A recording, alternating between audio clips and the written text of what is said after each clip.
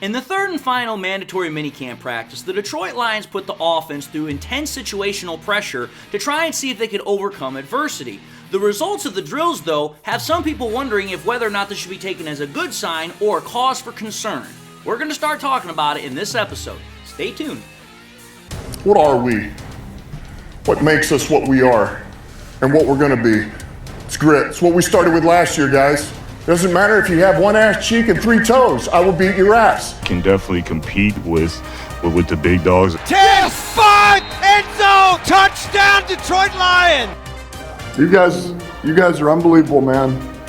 I'm telling you. We are driven by Detroit.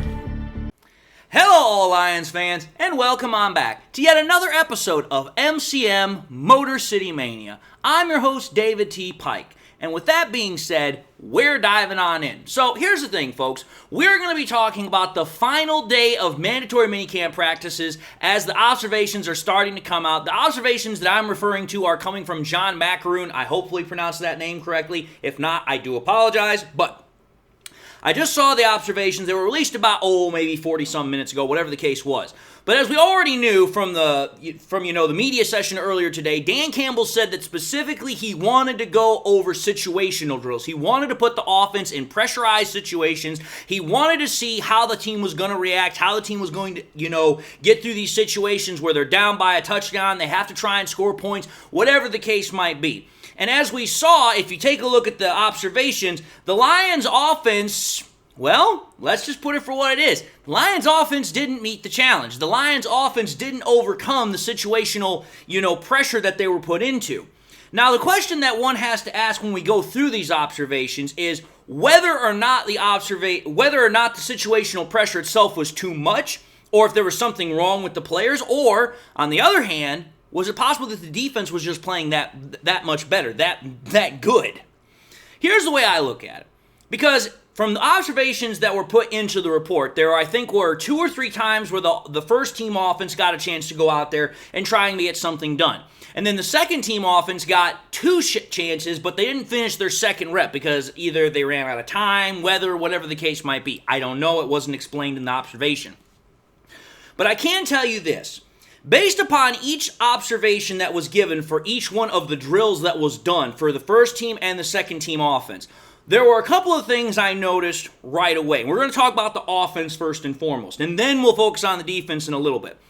What I kept noticing when I was reading about the offensive side of things as far as the report was that there were times where it seemed like the quarterbacks were missing their targets. Now, whether or not that was because they completely missed them because they overthrew them, underthrew them, I don't know. But there were a couple of times where I was reading in the report where either Goff missed a wide receiver or Hendon Hooker missed a wide receiver. Now, is that something that I should be concerned about? Is that something that you, a normal Lions fan, should be concerned about? Honestly, in my opinion, no, probably not. We have to understand something here. It's still very early into the spring. We haven't quite gotten training camp yet. I get it. These guys throw football all the time. They're supposed to be accurate. But let's understand something here. These guys are still kind of getting back into the swing of things of the actual season. That's why they have the OTAs. That's why they have the mini camps. That's why they're getting back into football shape, not only in terms of physical shape, but also mental, getting the timing down, getting all those things down. Because when you go through the offseason, some guys probably don't get that chance to always get to work with their wide receivers. I know for Jared Goff, he definitely brings guys out to California. He runs routes with them, but it's an entirely different matter altogether when you start actually having coverage on the other side and it starts throwing off the timing and you have bump and run coverage, whatever the case might be. But that was one thing I definitely noticed when I was reading all the observations as far as, okay, there are times in each one of the cases, whether it was the first team offense with Goff or it was a second team offense with Hooker, that the Lions quarterbacks were missing targets. Now, in one particular situation, I know that Macaroon said that Hendon Hooker completely airmailed a throw to Donovan Peoples-Jones. So obviously in that one case, it was quite plainly obvious that Hendon Hooker just completely missed him.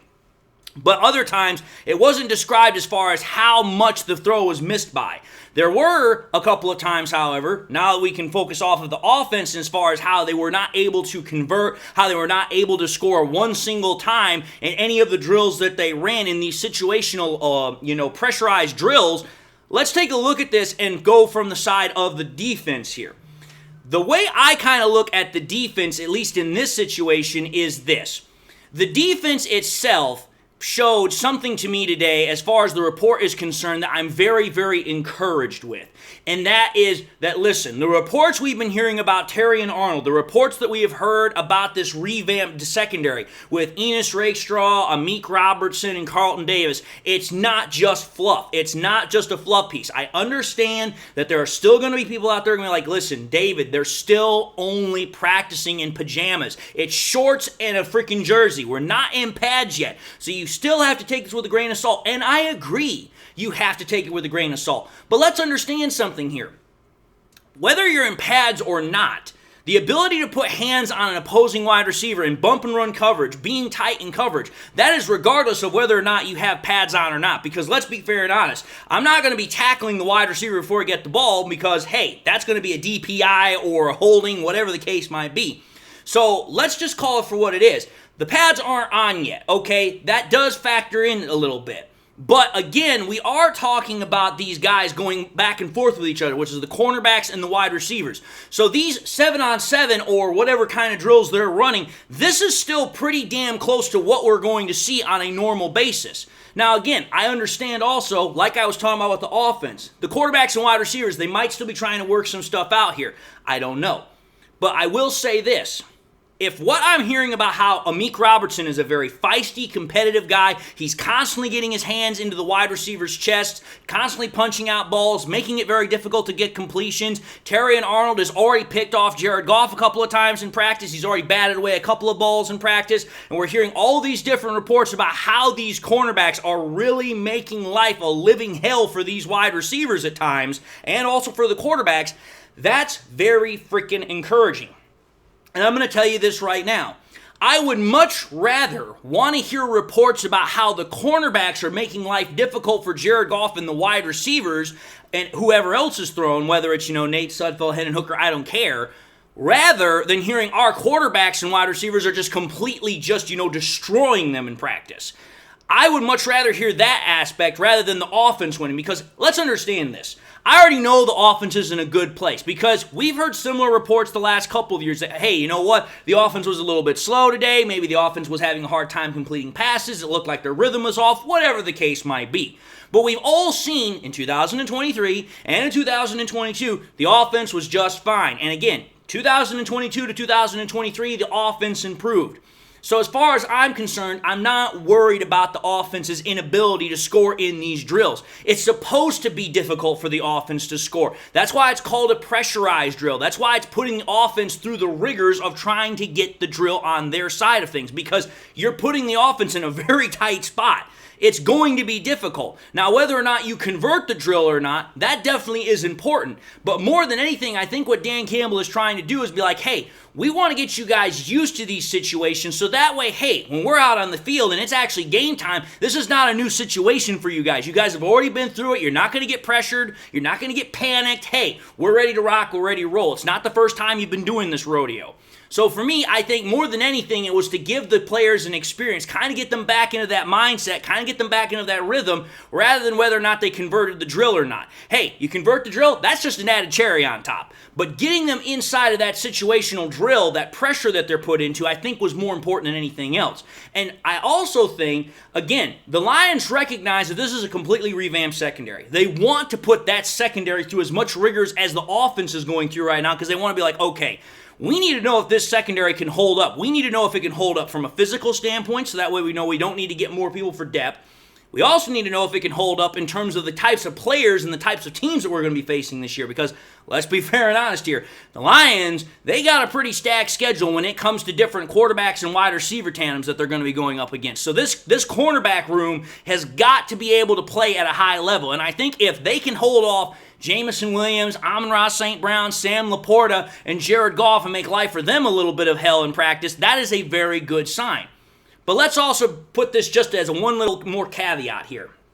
Just because the defense got the better of the offense today does not mean that's always going to be the case. Like I reported yesterday, the Lions offense actually got the better of the defense. So again, it's going to go back and forth. And we also know this. We've started to see some films that are coming out from freaking minicamp practice. I'm going to put this highlight up here. We're seeing in this highlight particularly, Jared Goff is throwing a beautiful bomb to Jameson Williams right over the shoulder near the sideline with Carlton Davis in coverage, and Jameson Williams and Jared Goff make it look just perfect. Like there's just no disconnect, there's no lack of rhythm between the two. So the way I look at it is this. This is good news no matter which way you want to slice it. The defense got the better of the offense. I want to hear that. I want to hear that the defense is making it difficult for the quarterbacks and the wide receivers to get, completions. Because if that's what they're doing in practice, it's going to translate to game day. But what I'm also hearing about the offense and these wide receivers and the fact that the connection between J-Mo and Jared Goff is getting better on, that is something that also is really good news. So the way I'm looking at it is,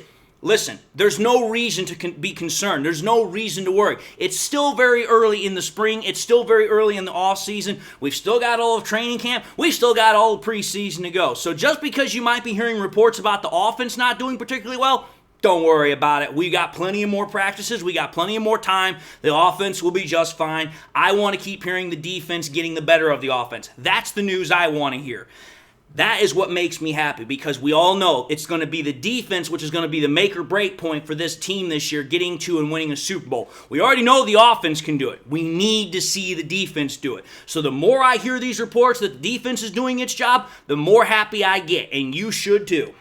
But having said that, I'm going to end the episode because I believe I've covered everything as far as the observations are concerned. I did a generic overall. I wasn't going to go in specific with everything because that would make this a very long and very boring video for some people.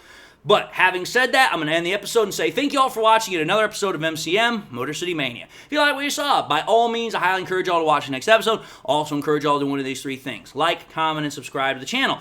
If by chance you subscribed in the past, forgot to do so at the time, or just subscribed and not had a chance to do so, again, please subscribe. It helps out the channel. But also, I want to encourage you all to make sure you hit that bell notification icon. Again, my subscribers are not always tuning into the show. So again, I don't know if it's because the bell icon isn't turned on or if you guys are busy with something else. But the more people that turn on that bell notification icon, it will allow you guys to know exactly when I'm pushing something out. So let's turn that notification icon, please. I also encourage y'all to share the content with your Lions friends and family members. Share it here on YouTube, share it on Twitter, share it on Facebook, share it anywhere and everywhere you can. I don't care. The more we can share it, the greater the channel grows and spreads and the greater reach it has. And with that having been said, I hope you all are enjoying the content. I hope you all are having a great day. I hope you all have something that makes you happy and makes you smile. God bless. And until the next time we meet, I'll see you all in the next episode.